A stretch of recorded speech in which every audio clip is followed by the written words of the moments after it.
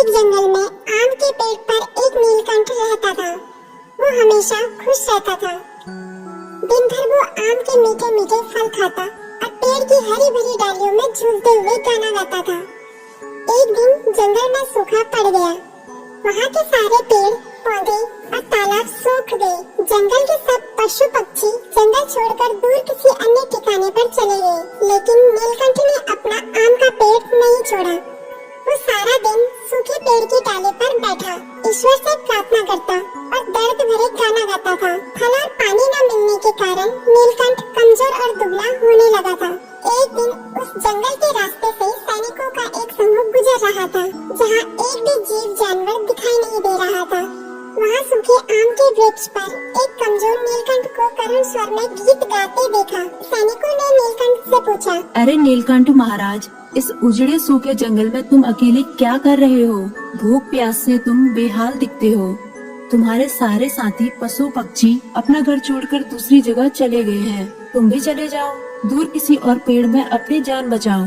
सेनापति की बातें सुनकर नीलकंठ ने विनम्र और उदार स्वर में जवाब दिया, नहीं सेनापति जी, मैं ऐसा नहीं कर सकता। मैंने इस पेड़ पर बने कटोर में जन्म लिया है। यही मैं पला बड़ा हूँ। इस पेड़ के मीठे मीठे फल खाकर जीता रहा। इसकी छायादार पत्तियों के बीच चैन से जीवन बिताया। यही मैंने कितने दोस्त बनाए। इस पेड़ ने मुझे कितनी बार दुश्मनों से बचाया। इसके साथ मैंने जीवन के कितने सुख भरे दिन बिताए।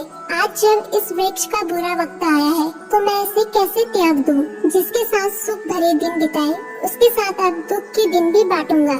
नीलकंठ की बातें सुनकर सेनापति बहुत प्रसन्न हुए। वे अपने सैनिकों के साथ उसी वक्त उस देश के राजा के पास गए और उन्हें उनके राज्य में सूखते जंगल का समाचार भी दिया और जंगल को बचाने की भी गुहार लगाई। सारी बातें सुनकर राजा ने तुरंत एक विशाल नहर खुदवाकर जंगल तक पानी पहुंचाने की व्यवस्था की। फिर देखते ही देखते जंगल के सारे पेड़ पौधे के साथ का वो पेड़ भी हरा भरा हो गया और उसमें खूब मीठे फल लगने लगे। जंगल के सारे पशु पक्षी वापस अपने घर लौट आए और नीलकंठ को धन्यवाद दिया। नीलकंठ अपने आम के पेड़ में लिपटकर खुशी से गीत गाने लगा। जंगल में खुशियाँ लौट आई।